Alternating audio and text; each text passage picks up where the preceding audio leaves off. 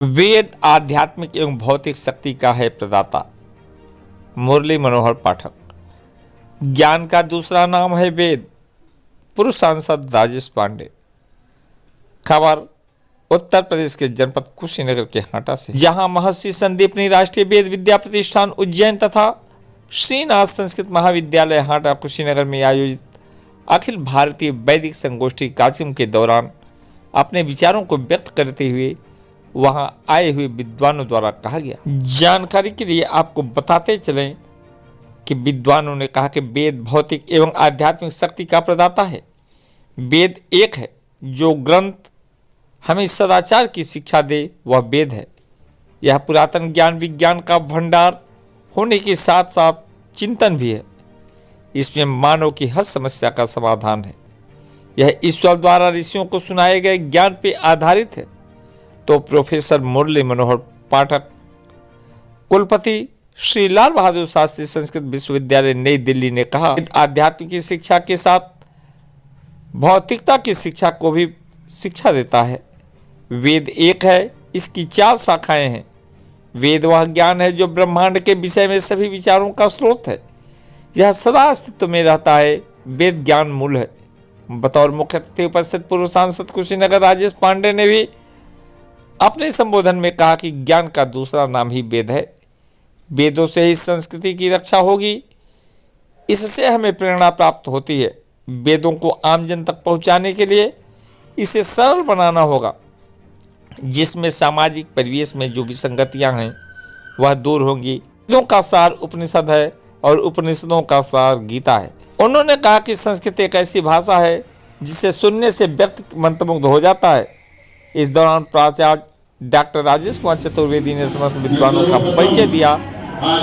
तो इस दौरान समस्त आचार्यगण मौजूद हैं। प्राचार्य डॉक्टर राजेश कुमार चतुर्वेदी द्वारा सभी विद्वानों का परिचय दिया गया। तो कार्यक्रम में विद्यालय के सभी आचार्य मौजूद हैं। तो प्रस्तुत न्यूज टीम की खास रिपोर्ट। हमारे मनन करने, हमें अर्थावबोध करने का समय, जो हमने पढ़ा है समझा है वो जीवन में कैसे उतरे और जीवन में उतार करके उसका आदर्श समाज के सामने हम कैसे प्रस्तुत करें, इसमें हमारे जीवन की चरितार्थता है, ऐसा मैं सोचता हूं। तो मैं वहां बैठा तो जाहिर है कि इस पर बैनर पर मेरी निगाह गई तो वेदों किलो धर्ममूलम, सोचिए हजारों बार कहा होगा, आंख खोला मेरे घर में तभी वेदों किलो धर्ममूलम, लेकिन आज तक उसके अर्थ पर कहीं विचार नहीं गई। दृष्टि गई, वेदों किलो धर्ममूलम धर्म है, कुछ कुछ आप भी सोचते हो कोई नहीं विचार किया हो। मैं बैठा, हमने कहा वेदों किलो धर्ममूलम, हमने कहा अखिला है धर्ममूलम है, धर्ममूलम का विशेषण अखिला कैसे हो सकता है? तो हमने कहा कि तो फिर वेदा का विशेषण है। सोचिए ये अर्थानुसंधान, ये निरुक्त करता है। वेदांगों में निरुक्त का काम है अर्थानुसंधान करना प्रसंग के अनुसार। तो हमने कहा अखिला वेद धर्ममूलम, ये मैंने इसका यही होगा, यही इसका अन्वय होगा, अखिला वेद धर्ममूलम। हमने कहा कि अखिला वेद क्यों कहा, खाली वेद क्यों नहीं कहा? वेद धर्ममूलम कह देने से ही बात नहीं होगी। अखिला क्यों कहा, विशेषण क्यों लगाया? तो उसी समय क्लिक किया कि इसमें किसके पीछे क्या हो सकता है, ऋषि का मंत्र। तो तुरंत दिमाग में मेरी बात आई कि अखिला इसलिए वो कह रहा है कि केवल ऋग्वेद की बात, यजुर्वेद की बात, सामवेद की बात, अथर्ववेद की बात नहीं। जब अखिला वेद कह रहा है तो वो वेद के आपस्तंभ के लक्षण की ओर जा रहा है।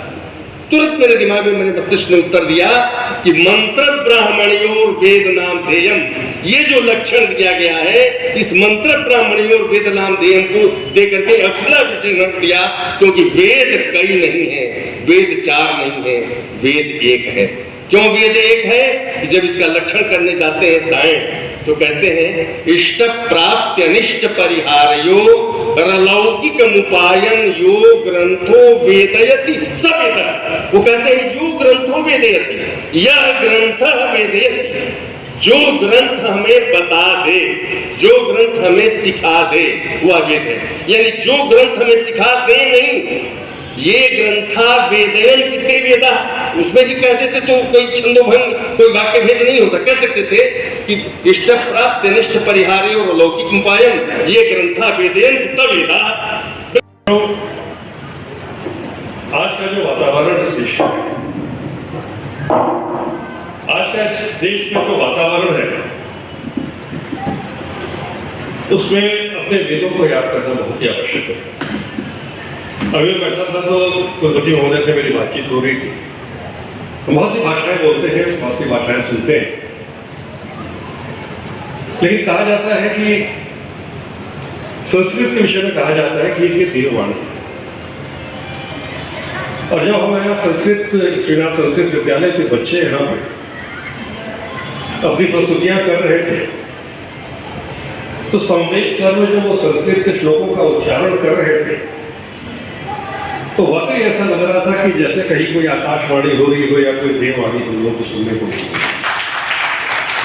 संस्कृत की विशेषता, आप कभी भी कहीं भी जाएं, बहुत सी भाषाओं में आपको आख्यान और प्रवचन सुनने को मिले, लेकिन जब संस्कृत के श्लोक एक पर्टिकुलर रिदम में जब आप सुनने को मिलते हैं आपको, जैसे बहुत सारे बच्चे साथ साथ मिलकर शास्त्रीय वचन ही अगर कर रहे हो, तो इतना कर्णप्रिय होता है, इतना सुंदर होता है।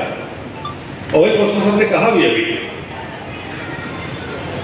कि भाषा में क्या कहा जा रहा है एक बार ना भी समझ में आए तब भी सुनने में अच्छा लगता है। संस्कृति की ये है, संस्कृत हमारे संस्कृत की, तो ये बात सही है। मुझे स्मरण होता है कि एक मंच जिसका एक सोशल मीडिया पर छोटा सा पोर्शन मैंने बीच में देखा था, जिसमें सुषमा स्वराज जी संस्कृत के विषय में बोल रही थी एक मंच में, और उन्होंने कहा था उस दिन मुझे ये ज्ञात हुआ था कि संभवतः पूरे विश्व में रिसर्च के बाद ये पाया गया है कि अगर कंप्यूटर फ्रेंडली कोई सबसे ज्यादा कंप्यूटर फ्रेंडली कोई भाषा है तो शायद वो संस्कृत ही है। आज से 10,000 वर्ष पूर्व जब हमारे वेदों की रचना हुई, हमारे चारों वेद, ऋग्वेद, यजुर्वेद, सामवेद, अथर्ववेद, तो ये ज्ञान का भंडार बना संस्कृत भाषा। मुझे एक बात प्रोफेसर साहब से अनुरोध करनी है कि आप लोग एक ऐसे मंच पे हैं, हम लोग जहां आप कहेंगे सहयोग कर सकते हैं। जिस तरह से पूरे विश्व में, हमारे देश में विशेष तौर से हर घर में रामायण और महाभारत पढ़ी जाती है, उसी तरह से अगर एक सरल भाषा में हमारे वेदों का, क्योंकि वेदों के अंदर संपूर्ण ज्ञान छिपा हुआ है जो हमारे आपके जीवन के प्रारंभ से लेकर जीवन के अंत तक सबके विषय में कहीं ना कहीं प्रेरणा भी देता है, आपको मार्ग भी दिखाता है।